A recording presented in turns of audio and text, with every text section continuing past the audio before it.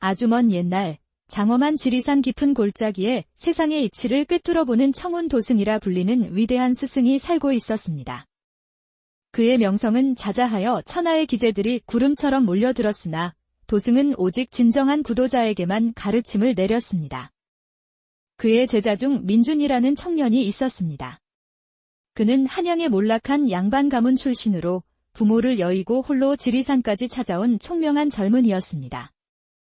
민준은 용모가 훤칠하고 성품이 곧았으며 학문에 대한 열정이 누구보다 뜨거워 도승의 깊은 신임을 얻고 있었습니다. 민준아, 너의 재주는 뛰어나나 아직 마음속에 바람이 있는구나. 진정한 도는 고요한 마음에서 비롯되는 법이니라. 도승은 종종 그리 말했지만 혈기왕성한 민준은 그 깊은 뜻을 온전히 헤아리지 못했습니다. 스승님, 아직 젊은 혈기에 어찌 마음이 호수처럼 고요할 수 있겠습니까? 배움에 정진하여 다스려 보겠습니다. 어느덧 서늘한 바람이 부는 초가을 저녁, 민준은 그날의 공부를 마치고 산 아래 자신의 작은 초가로 돌아가고 있었습니다. 붉은 저녁 노을이 산등성이를 아름답게 물들이고 있었고 구불구불한 산길을 따라 내려가던 민준은 커다란 바위를 지나게 되었습니다. 아이고, 누가 좀 도와주셔요. 발목을 다쳐 꼼짝할 수가 없답니다. 애처로운 여인의 목소리에 민준이 발걸음을 옮기자 바위 아래에 눈부시게 아름다운 여인이 주저앉아 있었습니다. 흰 비단 저고리와 옥색 치마를 입은 여인은 깊은 산속과는 어울리지 않는 고귀한 모습이었습니다. 민준이 다가가자 여인이 고개를 들었고 그 순간 민준은 숨을 멈췄습니다. 눈물이 그렁한 두 눈은 가을 호수처럼 맑고 깊었으며 백옥 같은 얼굴은 달빛 아래 복숭아꽃처럼 발그레했습니다. 공자님, 혹 저를 좀 도와주실 수 있겠는지요? 그녀의 목소리는 산속 옹달샘 물소리처럼 맑고 청아했습니다. 낭자, 괜찮으시오? 어찌 이런 깊은 산속에 홀로 계신 것이오? 지름길로 오다가 발을 헛디뎌 그만. 너무 아파서 한 발짝도 뗄 수가 없네요. 여인은 금방이라도 울음을 터뜨릴 듯한 얼굴로 발목을 어루만졌습니다. 그 모습이 하도 애처로워 민준은 차마 발길을 돌릴 수 없었습니다. 어디 좀 봅시다. 제가 잠시 살피겠소. 조심스럽게 살핀 발목은 조금 부어있을 뿐 크게 다친 것 같지는 않았습니다. 크게 다치진 않은 듯하니 부축해 드릴 테니 천천히 걸어봅시다. 아이고, 너무 아파요. 정말 한 발짝도 못 걷겠습니다. 해는 점점 기울어 산길은 어두워지기 시작했습니다. 낯선 여인을 두고 갈 수는 없는 노릇이었습니다. 제 집이 저 산길 너머에 있사옵니다. 초면에 무례한 부탁이지만 혹시 업어주실 수 있으신지요? 민준은 잠시 망설였지만 어두운 산속에 여인을 홀로 둘 수 없어 결국 허리를 숙였습니다. 알겠소. 제가 집까지 모셔다 드리리다. 여인은 가볍게 민준의 등에 엎였습니다. 그녀의 몸에서는 봄날의 매화 향기 같은 은은한 향기가 풍겨와 민준의 마음을 어지럽혔습니다. 한참을 걸어가자 숲속의 달빛을 받아 은은하게 빛나는 아담한 기와집이 나타났습니다. 놀라며 이런 깊은 산중에 이리도 고운 기와집이 있다니. 여기가 낭자의 댁이시오. 네, 오소녀가 머무는 누추한 곳이랍니다. 어서 안으로 드시지요. 밤바람이 차갑습니다. 집 안으로 들어서니 이상하게도 인기척 하나 없었습니다. 방 안은 정갈했지만 벽에 걸린 그림과 청동향로에서 피어나는 향기가 묘한 분위기를 자아냈습니다. 참으로 향기롭소. 이 집에 다른 식구들은 없소? 이 넓은 집에 홀로 지내는 것이오. 슬픈 표정으로 소녀는 혼자 살고 있답니다. 부모님은 일찍 돌아가셨고 정혼자마저 전쟁터에서 돌아오지 못했지요. 참으로 가여운 일이오. 운명이라 생각한답니다. 외로웠는데 오늘 공자님 같은 좋은 분을 만나니 하늘이 도우신 것 같아요. 아이고, 발목이 또 욱신거리네요. 공자님, 뒷마당 우물에서 찬물을 좀 떠다 주시겠어요? 민준이 물을 떠와 보니 여인은 이미 치마를 걷어 올리고 매끈한 종아리를 드러낸 채 앉아 있었습니다. 민준이 조심스럽게 발목을 주무르자 손끝에 닿는 부드러운 살결에 얼굴이 화끈 달아올랐습니다. 아, 시원하네요. 공자님 손길이 참으로 따뜻하고 부드럽습니다. 그때 여인이 갑자기 치마를 더 걷어 올려 눈처럼 하얀 허벅지를 드러냈습니다. 달빛 같은 흰 피부가 촛불 아래 은은히 빛나자 민주는 당황하여 고개를 돌렸지만 솟아오르는 욕망을 느꼈습니다. 왜 그리 놀라시나요? 발목 위쪽도 조금 아픈 것 같아서요. 아니. 그게 아니라 낭자 앞에서 실례가 될까 하여. 웃으며, 어머, 공자님 얼굴이 붉어졌네요. 스승님께서는 남녀 간의 예의를 중히 여기라 가르치셨나 봅니다. 어찌 아시오? 제 스승님은 지리산의 청운 도승님이시오. 아, 그 유명한 분을 스승으로 모시고 계셨군요. 역시 공자님은 덕이 높으신 분일 줄 알았습니다. 어머나, 신기하게도 발목이 다 나은 것 같아요. 공자님의 따뜻한 기운 덕분인가 봅니다. 여인은 아무 일 없었다는 듯 자유롭게 움직이며 야릇한 미소를 지었습니다. 잠시만 기다려주세요. 은인을 이대로 보낼 수는 없지요. 잠시 후 여인은 보기에도 호화로운 주안상을 들고 나타났습니다. 맑은 술과 귀한 안주들이 가득했습니다. 아니, 갑자기 어디서 이런 귀한 상을. 이제 그만 돌아가 봐야 하오. 공자님, 밤이 이리 깊었는데 어딜 가시렵니까? 밖은 캄캄하고 산짐승도 많아 위험하답니다. 하룻밤 묵고 가셔요. 민주는 망설였지만 낯선 여인의 집에서 밤을 보내는 것이 마음에 걸렸습니다. 그렇다면 이 술 한 잔만이라도 받고 가셔요.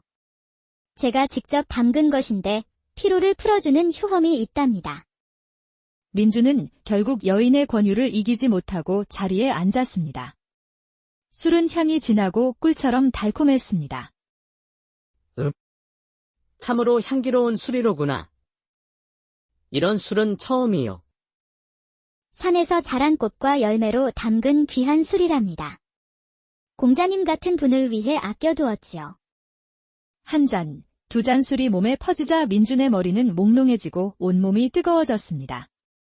여인의 얼굴은 점점 더 아름답게 보였습니다. 어머, 많이 취하셨네요.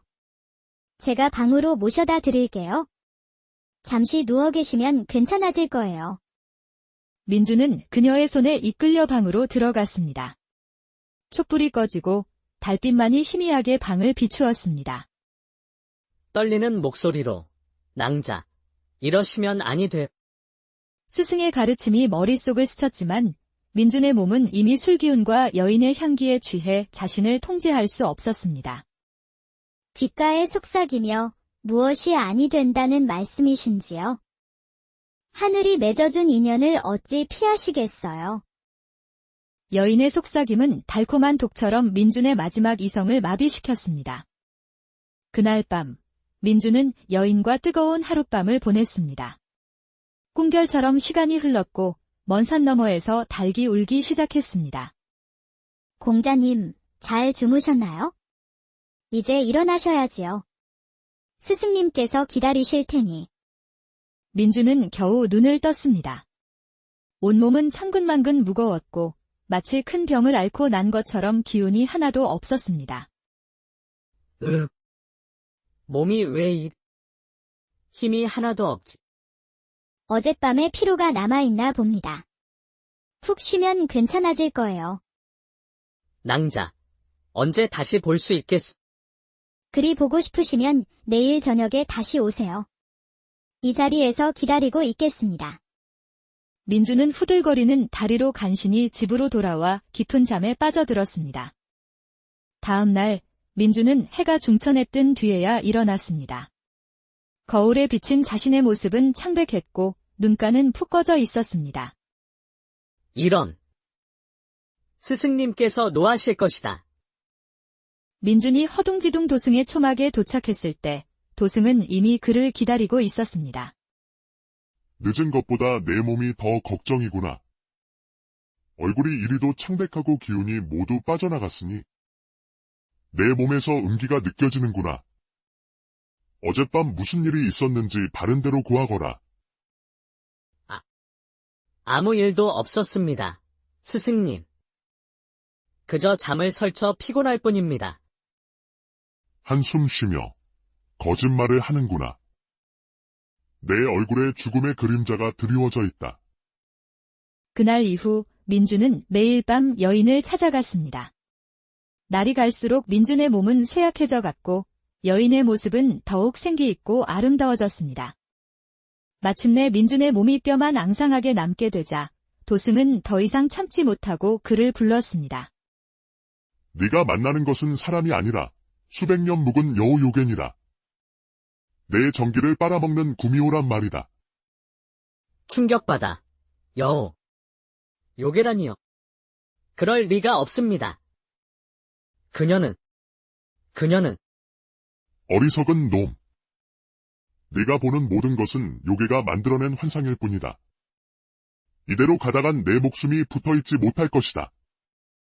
도승이 지팡이로 바닥을 치자 민준의 목에서 희미한 푸른 실이 뻗어나가는 것이 보였습니다. 보아라. 저것이 요괴가 내 혼을 묶어두고 정기를 빼앗아가는 통로다. 민준은 그제야 두려움에 떨며 스승에게 모든 것을 고백했습니다. 스승님. 제발 저를 구해주십시오. 그 여인을 만나면 제정신이 아니게 됩니다. 아직 방법이 있다. 요괴는 자신의 모든 힘이 담긴 여의주를 가지고 있다. 보통 구슬 모양을 하고 있지. 명심하거라. 요괴가 그 구슬을 내 입으로 넘기려 하거든 망설임 없이 삼켜버려라. 그리고는 하늘을 보고 뒤로 넘어져야 한다. 알겠느냐? 도사는 작은 부적 하나를 꺼내 민준의 품에 넣어 주었습니다. 이 부적이 잠시나마 요괴의 환수를 막아줄 것이다. 오늘 밤이 마지막 기회다. 그날 밤, 민준의 발걸음은 두려움과 기대를 안고 다시금 여인의 집으로 향했습니다. 오셨군요, 공자님. 오늘 밤은 우리에게 가장 특별한 밤이 될 거예요. 그날 밤의 여인은 유난히 아름다웠고 주안상 또한 그 어느 때보다 화려했습니다. 뜨거운 밤이 깊어갈 무렵 여인이 지친 민준의 위에서 몸을 일으켰습니다. 그녀의 눈빛이 붉게 빛났습니다. 공자님, 이제 우리가 영원히 하나가 될 시간이에요. 여인은 입에서 붉게 빛나는 작은 구슬 하나를 꺼내 보였습니다. 구슬을 본 순간 민준은 스승의 말이 떠올랐습니다. 그의 심장이 미친 듯이 뛰기 시작했습니다. 자, 이 구슬을 받으세요. 그러면 우리는 영원히 함께할 수 있어요. 영원히. 여인이 입을 맞추며 구슬을 넘기려는 순간 민준의 품속 부적이 불덩이처럼 타올랐습니다. 그 열기에 민준의 눈앞에서 환상이 잠시 거치고 아름다운 여인의 얼굴 뒤로 날카로운 주둥이와 9개의 꼬리가 어른거렸습니다. 민준은 모든 것을 깨달았습니다. 그는 눈을 질끈 감고 온 힘을 다해 구슬을 삼켜버렸습니다. 안 돼. 내 이놈. 감히 내 여의주를. 순간 여인의 목소리가 날카로운 짐승의 울음소리로 변했습니다. 아름답던 얼굴은 흉측하게 일그러지고 손톱은 날카로운 발톱으로 변했습니다. 크아. 내 수백 년의 공력이. 당장 뱉어내지 못할까. 요괴가 달려들자 민준의 몸속에서 여의주가 폭발하듯 빛을 뿜었습니다. 집 전체가 지진이 난 듯 흔들렸습니다. 너무 놀란 민준은 하늘을 보고 자빠지라는 스승의 말을 잊고 본능적으로 땅을 보고 엎드렸습니다. 비명, 으아아. 처절한 비명과 함께 모든 것이 무너져 내렸습니다. 잠시 후 민준이 고개를 들었을 때 화려한 기와집은 온데간데 없었습니다. 그가 있던 곳은 축축하고 어두운 동굴이었고 바닥에는 수많은 해골이 널려 있었습니다. 그리고 그 한가운데 꼬리 9 달린 거대한 여우가 재가 되어 쓰러지고 있었습니다. 다음 날 아침, 민준은 스승을 찾아가 모든 일을 고했습니다. 허, 참으로 아쉽도다. 하늘을 보고 누웠더라면 천문을 아는 천관이 되었을 터인데. 땅을 보고 엎드렸으니 땅의 이치를 아는 지관이 되겠구나. 스승님, 그게 무슨 말씀이신지. 내가 삼킨 여의주의 힘이 땅으로 흘러들어 이제 너는 땅의 기운을 읽는 능력을 얻게 되었다. 산세와 물줄기의 이치를 꿰뚫는 풍수의 대가가 될 것이다. 그 후 민주는 조선 8도 최고의 직관이 되었습니다. 그가 점지해준 터에 집을 짓거나 묘를 쓰면 큰 복을 받는다는 소문이 자자했지요. 그는 평생을 사람들을 위해 땅의 이치를 살피며 살았지만 때때로 달 밝은 밤이면 자신을 홀렸던 아름다운 여인의 환영을 떠올리며 씁쓸히 미소 짓곤 했습니다. 그리고 그 이후로 지리산에서는 젊은 사내가 사라지는 일이 더는 없었다고